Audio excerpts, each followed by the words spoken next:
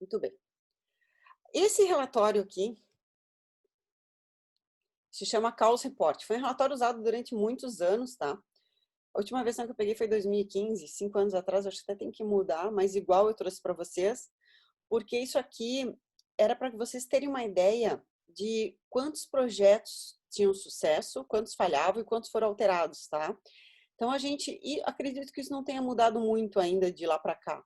Então, nesse relatório chamado Chaos Report, ele chegou à conclusão que 29% dos projetos eram entregues com sucesso, 52% eram entregues com algum tipo de alteração e 19% falhavam, tá? E aqui tem muito a ver com o tamanho do projeto.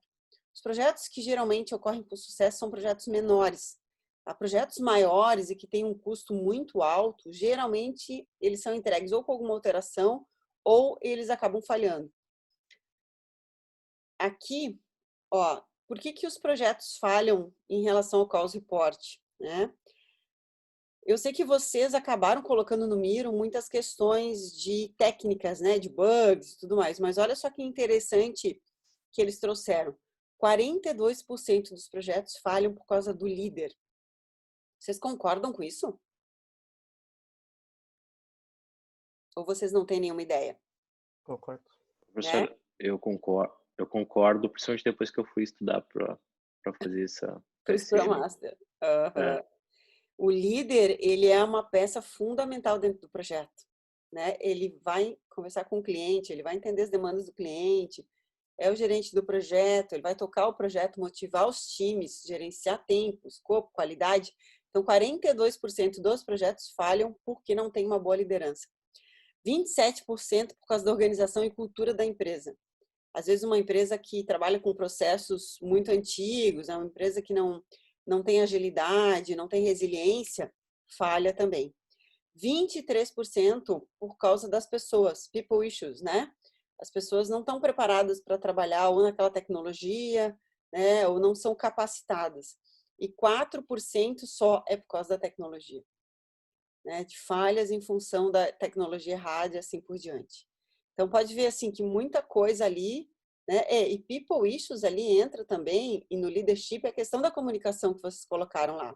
Não sabe comunicar direito, não sabe entender o que o cliente quer, né? E os 4% só em relação à tecnologia. Aqui o que eu comentei por vocês em relação ao tamanho do projeto, né? Pode ver aqui que quanto menor o projeto, aqui seria 900K, quanto menor o projeto, mais sucesso ele tem.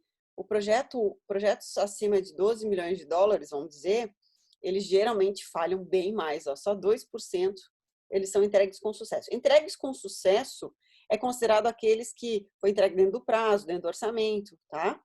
Aqui, ó, já são 19% dos projetos, aqui 38%, e projetos menores são projetos que são mais fáceis de gerenciar, né?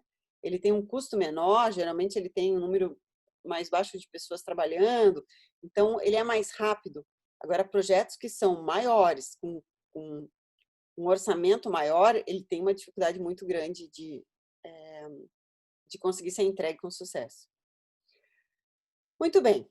Agora a gente vai passar para uma outra fase que, ok, a gente já entendeu todas essas questões do projeto, de desenvolvimento de software, a gente viu onde que ele pode falhar. Agora vamos voltar um pouquinho e vamos entender o que é um processo de software, tá? Processos, ele tem as suas entradas, né? Quando eu tenho um processo de desenvolvimento, significa que eu tenho inputs, que são as entradas, eu tenho ferramentas e técnicas dentro do processo que vão me ajudar a ter uma saída. E a nossa saída é o software funcionando, né? Então, o que é um processo de software? É um conjunto de atividades cuja meta é o desenvolvimento ou evolução de software. E aqui é muito importante, pessoal, assim, ó, quais são as atividades genéricas em todos os processos de software? Todos. Todos os processos de desenvolvimento de software têm uma especificação para entender o que o cliente quer, o desenvolvimento, né, rodar, a validação dos testes e alguma evolução do software, alguma manutenção do software. Então, isso é bem importante, assim. Todos os processos têm, independente se é cascata, Scrum, né? A gente vai ver o XP, TDD, FDD, tem vários processos aí de desenvolvimento de software. todos eles passam, todos eles têm essas atividades genéricas. Vamos ver cada uma delas então, olha só. Especificação de software é o que o sistema deve fazer e as suas restrições de desenvolvimento. O que são Professora, restrições? Pode falar. tu falou ali antes, na lâmina anterior, processo de software, tu quer dizer que é processo de desenvolvimento de software. Isso, tá? Aqui é Tá. processo de desenvolvimento de software, tá? Aqui, ó, então vamos lá, as atividades genéricas. Especificação. O que o sistema deve fazer, né? Quais são os seus requisitos? E dentro dos requisitos, as suas restrições. E aqui a restrição pode ser até o seguinte, olha, o meu software vai ser desenvolvido só em iOS. Vai só para a loja da Apple, certo? Desenvolvimento de software, a produção do sistema, validação, verificação do que o software é e o que o cliente deseja. E a evolução, a mudança do software em resposta às demandas de mudança. Então, no mínimo, assim, ó, essas atividades têm que estar dentro desse processo, né? Senão tem alguma coisa errada. Não validar, imagina, desenvolver um software e não testar, né? Não tem como. Então, essas atividades, elas sempre vão aparecer no desenvolvimento de software. Vamos entrar em uma por uma, então. Especificação de software, tá? O processo para definir quais serviços são necessários e identificar as restrições de operação e desenvolvimento do sistema. A aula que vem a gente começa a trabalhar muito essa parte de requisitos, tá? Então aqui, ó, qual é o processo de engenharia de requisitos? Vai estudar a viabilidade dos requisitos, vai elicitar e fazer análise. O que é elicitação? É conversar com o cliente, seja através de entrevista, workshop, pesquisa, né? Vai fazer a especificação e vai validar, né? Eu especifiquei, desenvolvi e depois eu vou validar para ver se o que eu desenvolvi realmente foi aquilo que o cliente pediu. Então, primeira parte, especificação. E dentro da especificação, muito importante colocar também, que a gente pode usar, por exemplo, as user stories, certo? Quando a gente trabalha com metodologias ágeis. Ou eu estou numa empresa mais tradicional, eu posso usar o ML, né, que é uma linguagem para especificação dos requisitos, né? Então, eu tenho várias ferramentas aí que vão nos ajudar. Para o nosso trabalho T1, já vou aqui avisando que a gente vai desenvolver User Stories e que a gente vai desenvolver o ML também, tá? Para que vocês pelo menos saibam o que é. Aqui é um pouco do processo de engenharia de requisitos, né? Eu vou estudar a viabilidade com o meu cliente, posso gerar alguns relatórios, eu vou conversar com ele, vou fazer análise dos requisitos, vou especificar, vou validar, e da análise e licitação pode ser os modelos de sistema, sai os requisitos de usuário e fecha a documentação final dos requisitos.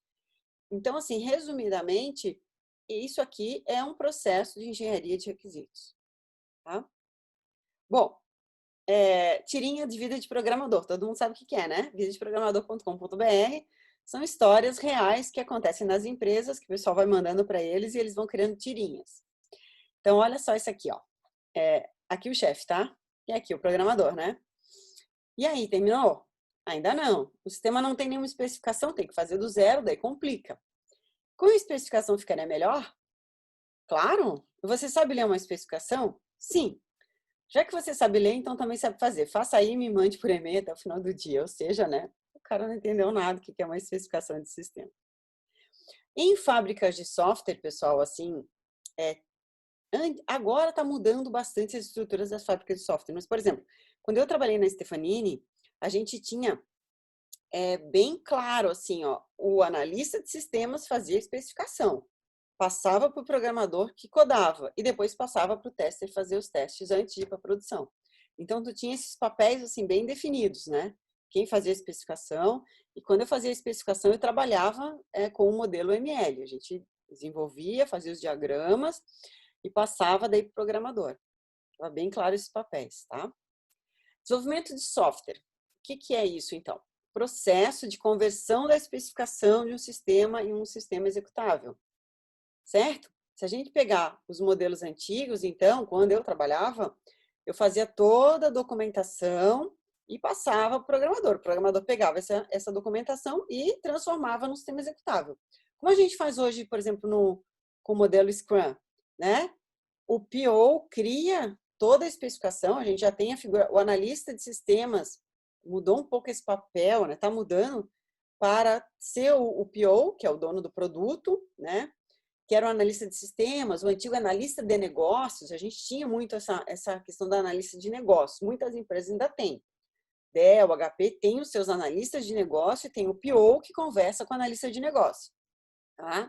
Então, por exemplo, eu tenho o meu PO hoje que faz toda essa documentação do que o cliente quer e aí depois passa para o time de Scrum executar, certo? Então, igual, ele escreve as user stories, documenta os critérios de aceitação, né? Documenta o definition of done, o definition of ready, depois eu vou passar para vocês o que é.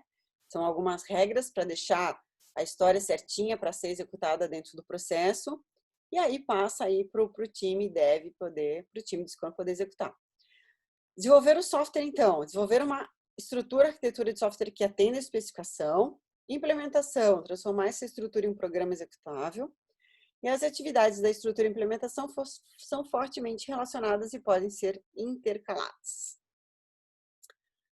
Quais são as atividades do processo de desenvolvimento de software de um projeto? Então, você tem que compreender e definir o contexto e as interações externas com o sistema. Isso é bem importante. O meu sistema vai fazer interação com quem? Existem muitos sistemas hoje, por exemplo, que estão integrados com a Receita Federal, né, que estão integrados com outros sistemas da empresa. Então, eu tenho que entender bem como é que o meu aplicativo vai conversar, da onde que vem a base, se a base vem pronta, se eu tenho que importar a base de dados ou não. Então, eu tenho que entender bem qual é o meu contexto e com quem o meu sistema vai interagir. Eu vou projetar arquitetura, vou identificar os principais objetos, vou desenvolver os modelos, vou especificar as interfaces e assim por diante. A nível de programação, de dev, tá? O software deve ser produzido para atender as especificações e eu trouxe para vocês um índice. Não sei se vocês conhecem, que é o TIOB. TIOB Programming Community. Ele é um identificador da popularidade das linguagens de programação. Esse índice é atualizado uma vez por mês, eu trouxe do mês de agosto, e as classificações são baseadas no número de engenheiros qualificados em todo o mundo, cursos, fornecedores terceirizados, e o motor de busca para estar atualizando esse TIOB é o Google, Bing, Yahoo, Wikipedia, Amazon, YouTube, Baidu, tá? Agora eu vou mostrar aqui para vocês como é que está esse índice. Ele está assim, ó. A linguagem de programação mais usada hoje ainda é o C, tá? Depois vem o Java, Python, C++, C Sharp, Visual Basic, JavaScript. Esse R, eu juro para vocês que eu não sei o que é. Alguém sabe o que é esse R? É de estatística, professor. É um software de estatística. Então tá. Os matemáticos adoram R. Então tá. Então eu realmente não conheço. PHP, SQL, o Go. Também tô por fora. O que é o Go? É uma linguagem do Google. Golang. É para paralelo. Não, ele é para processamento paralelo. Processamento paralelo. O Flutter é JavaScript, né? O Flutter é. O Flutter acho que entra nessa linha aqui ó, de JavaScript. O Flutter é para mobile. Oi? O Flutter é para mobile. Não sei se é JavaScript, mas é para mobile. É para mobile, tem razão. Não sei se entra também. Boa pergunta. Mas não está aqui na lista ainda. Também ela é nova, né? Acho que tem aqui 2 anos. Go, Swift. Tem 3? Já? Swift, Perl, Assembly, Ruby, MATLAB, Visual Basic, Groovy também não sei o que é. Alguém sabe? Não? É uma linguagem scriptada meio baseada em Java que surgiu. Tu escreves pipeline, Jenkins, coisa assim, para DevOps e tal. Entendi. Não sei se é uma das utilidades. Não sei se Groovy não é a alternativa pro POM do Maven, ou sei lá o que é? Acho que é usado também, não tenho certeza. O que eu já vi sendo usado é em pipeline do Jenkins, sabe? Essa linguagem eu não conheço. Objective-C e o Rust eu também não sei o que é. Alguém sabe? É a 20ª linguagem mais usada. O que vocês estão usando hoje, pessoal? Eu trabalho bastante com PHP e Python. PHP e Python. O que mais? Eu estou trabalhando com JavaScript também. JavaScript, JavaScript, os Node da vida é bem presente. Quem mais? Professora, eu também, eu tô trabalhando com as 10 primeiras aí da lista direto, mas 10, 12 da lista primeiro. Mas a Visual Basic aqui me surpreendeu, tá? É porque aqui ele está verdade. fazendo uma... Não esquece que é mundial, né? É global. Então, provavelmente, assim, pega tudo, né? É código legado, porque Visual Basic Pode hoje... ser. Pode ser É, código porque legado. o C também não é uma Até porque linguagem o muito C, na comum verdade, hoje, né? o C também, na real. É que eu acho que o C tá muito... Tá em vários lugares, né? Sim. O C tá em vários Tudo, softwares ainda, né? É. O que mais, pessoal? O que mais da lista vocês estão usando? E o SQL, agora que eu vi ali o SQL, também tinha esquecido. Sim, o SQL. Mas SQL, linguagem de programação, é esquisito, né? Ele considerou como linguagem de programação. Não esquece que ele vai pegando, ele vai trabalhando nos motores de busca, né? Bem, É isso aí. Ó, ainda eu trouxe de agosto de 2019, agosto de 2020. Aqui ele ainda faz, ó, quem desceu e quem subiu, ó. O C subiu, o Java desceu, o R subiu. Esses são linguagens que estão subindo, ó. Perl, Swift, Go, estão subindo. Rust, e essas estão descendo, ó. O Objective-C tá descendo porque a Objective-C era da Apple, né? E a Apple trocou, né? foi substituído pelo Swift. Pelo Swift, né? Exatamente, por isso que ela Ah. também está descendo. Pessoal, eu tenho acompanhado um pouco o mercado e o pessoal está pagando muito bem por programador iOS, hein? Eu estava vendo uma vaga, eu participei de uma reunião de uma empresa que eles estavam buscando vaga para programador iOS. Eles estavam com uma vaga assim mais sênior, né? Pleno, na verdade, pagando 9.000 PJ. Eu olhei assim, o quê? 9.000 PJ? Uma grana bem legal, assim. E diz que não tem no mercado no Rio Grande do Sul, Porto Alegre não tem. Todo mundo já está alocado e a empresa conseguiu contratar 2 programadores, um em Pernambuco e outro no Recife, porque aqui não tinha mais. Então, assim, ó, quem gosta de programar aí, que tá meio perdido, a iOS é uma, hein? Professora, mas tem muita gente que está desenvolvendo para mobile com JavaScript, né? Sim. Com Ionic, com essas coisas assim. Então, o pessoal que trabalha com Swift ou com Objective-C, que é meu caso, eu trabalho com as duas, é raro mesmo. Estão pagando bem. Então tá, vamos seguir então. Validação. A gente estava no dev, né? Validação. Verificação e validação tem a intenção de mostrar que o sistema está em conformidade com a sua especificação e atende os requisitos do cliente. Envolve processo de verificação e revisão, além de teste de sistema. Esses testes envolvem a execução do sistema em caso de teste, que são derivados da especificação de dados reais a serem processados por ele. Aqui também o que eu tenho visto muito aí no mercado é QA, que sabe fazer teste automatizado, também está ganhando muito bem. Não tem no mercado. O pessoal que faz teste normal, assim, tem vaga, mas o salário mais ou menos. Mas o salário de um QA que sabe fazer teste automatizado bem feito, paga muito bem também. Aqui, ó. O software deve ser validado para garantir que atenda às demandas do cliente e a validação refere-se a um conjunto de atividades que garante que o software foi construído de acordo com a exigência do cliente. Aí todo mundo já sabe, né? A evolução. O software é inerentemente flexível e pode mudar. Isso, com certeza, né, pessoal? A gente já está cansado de saber assim, ó. É só olhar no nosso telefone e ver quantos aplicativos tem lá para baixar, para atualizar. Muitos, né? Então, tá lá, muda o tempo inteiro. Como os requisitos mudam durante as mudanças de circunstância de negócio, o software que apoia o negócio deve também evoluir e mudar. Embora tenha havido uma separação entre desenvolvimento e evolução, isso é cada vez mais irrelevante à medida que cada vez menos sistemas são completamente novos.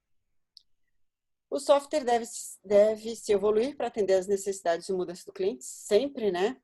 Todos os nossos softwares estão evoluindo. E aqui tem um conceito bem interessante que você tem que saber que são ferramentas case. Tá? O que é case? Computer Aided Software Engineer. São sistemas de software que se destinam a fornecer apoio automatizado para atividade de processo de software. Então, são aquelas ferramentas que a gente usa para construir o software. Então, por exemplo, o Java. O que a gente usa para construir software em Java? Hein, pessoal? Não faço ideia, não faço software em Java. O Eclipse, pessoal. Vocês estão muito novinhos, então ninguém mais programa Java. O Eclipse é um software que se usa de apoio para programação em Java. Né? Então, esse software que a gente usa para apoiar a programação, a gente chama de ferramentas case. Ó. Então, são programas que auxiliam o analista na construção do sistema, prevendo ainda na prancheta como será a sua estrutura quais serão suas classes, entidades, fluxos internos e assim por diante. A gente tem o que a gente chama de uppercase, que são aquelas ferramentas mais iniciais, né, para trabalhar requisitos. Então, por exemplo, a gente vai usar aqui o ML, né, o ASTA. O ASTA é uma ferramenta que a gente usa para apoiar essas atividades de requisitos. E lowercase, que são ferramentas para apoiar essas atividades finais de programação, debug, teste. Então, esse do Java é um programa lowercase, tá? Então, aqui, ó, as ferramentas case estão para engenharia de software, assim como o CAD está para engenharia civil. A gente não consegue fazer nada sem usar uma ferramenta case, certo? São elaborados vários diagramas que, em conjunto, constituem praticamente uma planta do sistema.